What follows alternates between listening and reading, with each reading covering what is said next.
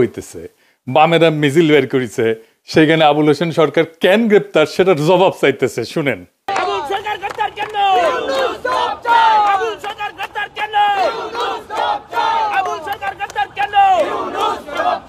তো কেন গ্রেপ্তার করছে এটা তো পুলিশকে জিজ্ঞেস করলেই হয়।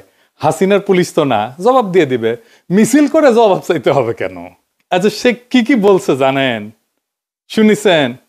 আচ্ছা, আমরা একটু শুনি কেন গ্রেপ্তার করা হয়েছে, এখানে তার জবাবটা আছে, শুনেন। আর যদি তুমি না থাকে, আল্লাহ এক আল্লাহ হয়, তাহলে দরবার থেকে খেলাফত দিলে দরবারের যে কম পড়ে না, আরো বাড়ে। তোমার মতো আরো 10টা 20টা আল্লাহ, 200-400 আল্লাহ যদি আরো বানাই দিতে, তাহলে তোমার আরো দাম বাড়তো। এটা তুমি করলে না, এত বুঝো তা তো বুঝো না।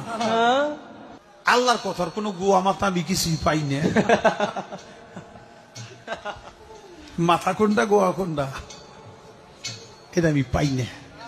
কেন পাই না? এই যে একটা কথা বলছে, আওয়ালুমা খালাকুল্লাহে ইশক, প্রথম সৃষ্টি ইশক।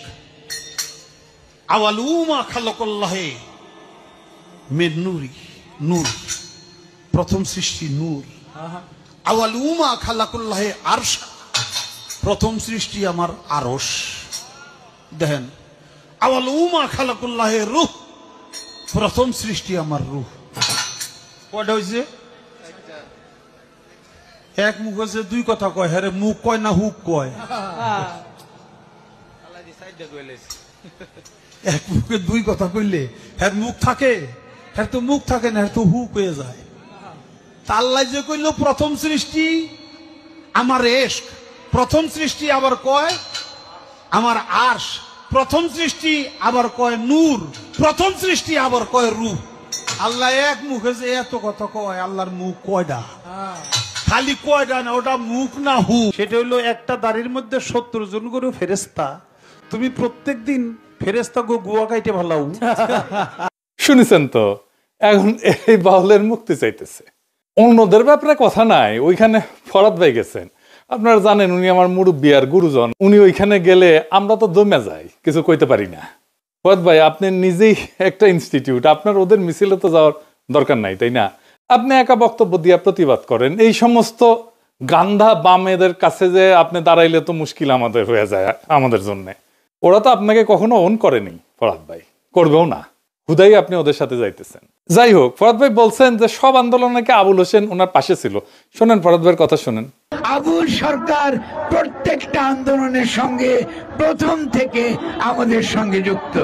তিনি শহীদ মিনারের অনুষ্ঠান থেকে শুরু করে হেন কোনো প্রতিবাদ সভা নাই, এমনকি শাহালি দরগায় যখন আপনারা বট গাছ কেটে ফেলেছিলেন, তিনি আমার পাশে ছিলেন।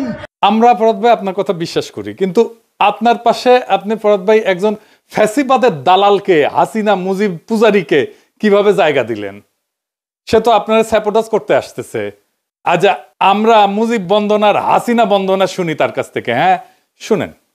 জলদি কইরা যায় তোরা আয়, আয় রে আমার শেখ হাসিনার নায় তোরা আয়, আয় রে আমার শুভ এমপির নায় তোরা আয়।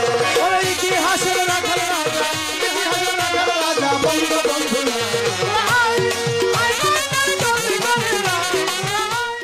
বুঝেছেন তো ফরাদ ভাই, যাকে তাকে আশেপাশে জায়গা দিয়েন না। মাঝে মাঝে আপনি এমন কিছু করেন যে আমরা বিভ্রান্ত হইয়া যাই। আপনি ইসকনের চিন্ময়ের সাথে দেখা করছেন, এত খাতির আপনার চিন্ময়ের সাথে, তাদের দাবির পক্ষে দাঁড়াইছেন পর্যন্ত।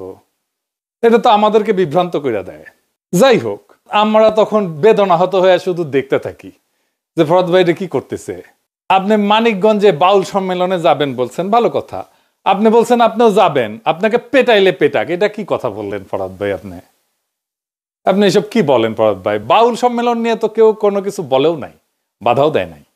আর আপনাকে কেন পেটাবে? বাংলাদেশে কার এত সাহস আছে আপনার গায়ে হাত তুলবে? আপনি বিষয়টাকে এমন ভাবে উপস্থাপন করতেছেন যেন বাংলাদেশের মানুষ বাউল গানের বিরুদ্ধে দাঁড়াইছে। বিষয়টা তো তা না ফরাদ ভাই, মোটেও না। দাঁড়াইছে আপনার ভাষায়, আপনি যেটা সবসময় বলে আসছেন, আপনার ভাষায় খায়া না খায়া আল্লাহ খোদার বিরুদ্ধে কথা বলায়। তা আপনি বলতেছেন যে আবুল হোসেন সরকার ইসলাম অবমাননা করে নাই। তো তাইলে তো মুরব্বী হিসেবে আপনার বোঝানো উচিত, একটা ভিডিও বানায় লিখে হোক, যে এটা বুঝায় দেওয়া যে এটা ইসলাম ধর্ম অবমাননা না করেন আপনি, আমরা শুনি বুঝি, আমরা শিখি, সবাই শিখুক। আপনাকে তো সবাই মুরব্বী মানে। আর যদি আপনার মতে ধর্ম অবমাননা নাই করে, তাইলে আদালতে তো খালাস দিয়ে দিবে, জামিন দিয়ে দিবে। আইনকে বাধা দিচ্ছে কেন রাস্তায় বলেন? এই আবুল হোসেন তো ধান্দাবাজ। মুজিবের বন্দনা করিছে, হাসিনার বন্দনা করিছে, এখন বিএনপির হয়ে ভোট চাচ্ছে। বিএনপির মিটিং এ কিন্তু এগুলা কথা কইছে। ওইখানে দেখেন, সামনে হইল জাতীয় নির্বাচন। আমার আফরোজা খান রিতাফা নমিনেশন পাইছে না ধানের শীষে, সামনে ধানের শীষ প্রতীকে আফরোজা খান রিতাফার জন্য আমি আপনাদের কাছে দোয়া চাই, ভোট ভিক্ষা চাই। দেখেছেন? এবার এডিটর সাহেব এনা শুনে দেন মুজিব বন্দনা, মানে সব আওয়ামী লীগ এখন বিএনপি হয়ে গেছে। জলদি কইরা যায় তোরা আয়, আয় রে আমার শেখ হাসিনার নায় তোরা আয়, আয় রে আমার শুভ এমপির নায় তোরা আয়। ইতিহাসের রাখাল রাজা, ইতিহাসের রাখাল রাজা বঙ্গবন্ধু।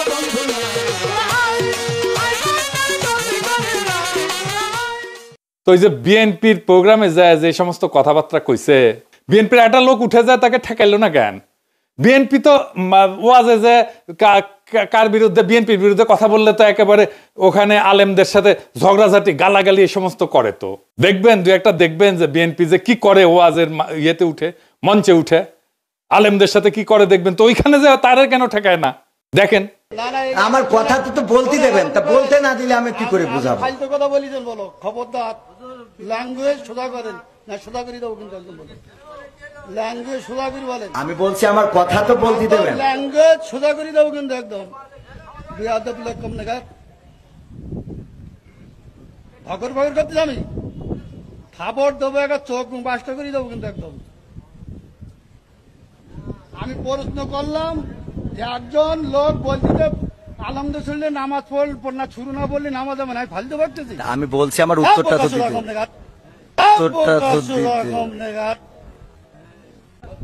একদম বাস্ত করে দেবো সব একদম। তো আবুল হোসেন বলতেছে মাজার ভাঙের বিরুদ্ধে বলতেছে, তাই না? শুনান তো একটু আরেকবার। এমনি তো 200-র উপরে মাজার ভেঙে ফেলাইছে, আপনারা জানেন তো।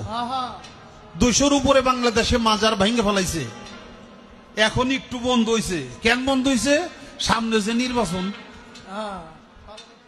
একটু গ্যাপ দেই, নাহলে এখনো যদি মাজার ভাঙতে থাকে তাহলে কিন্তু আর ভোট পাবো না। এই জন্য তারা এখন একটু অব্য দিছে, একটু জিরাইতেছে। নির্বাচন হয়ে গেলে যদি তারা ক্ষমতা যায়, আবার আমাকে বাড়িঘর শুদ্ধ ভাঙ্গা করবো, খালি মাজার না। তো বাংলাদেশে মাজার নিয়ে ঘৃণা উৎপাদন করছে কে? সেকুলারেরা। মাজার ঘৃণার সবচেয়ে বড় কালচারাল অ্যাসেট হচ্ছে সৈয়দ ও আলিউল্লাহ লাল সালু। নাটক হয়েছে, সিনেমা হয়েছে, পাঠ্য হিসেবে পড়ানো হয়েছে। এখন সেকুলাররা মাজার প্রেমী হয়ে গেছে। কি তাজ্জব!